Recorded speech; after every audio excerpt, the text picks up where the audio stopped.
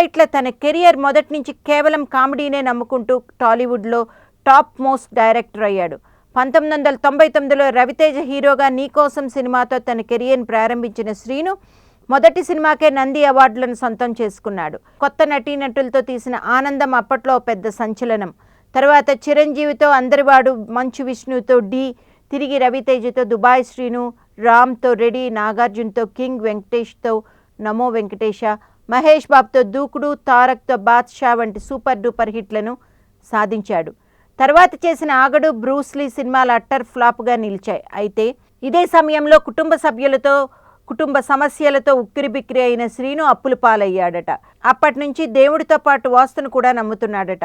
ఇటీవల తన నివాసం ఉంటున్న ఇంటిని బేరానికి పెట్టినట్లు సమాచారం. ప్రస్తుతం వరుణ్ తేజ్తో చేస్తున్న మిస్టర్ హిట్ అయితే తిరిగి గాడిన పడినట్టే.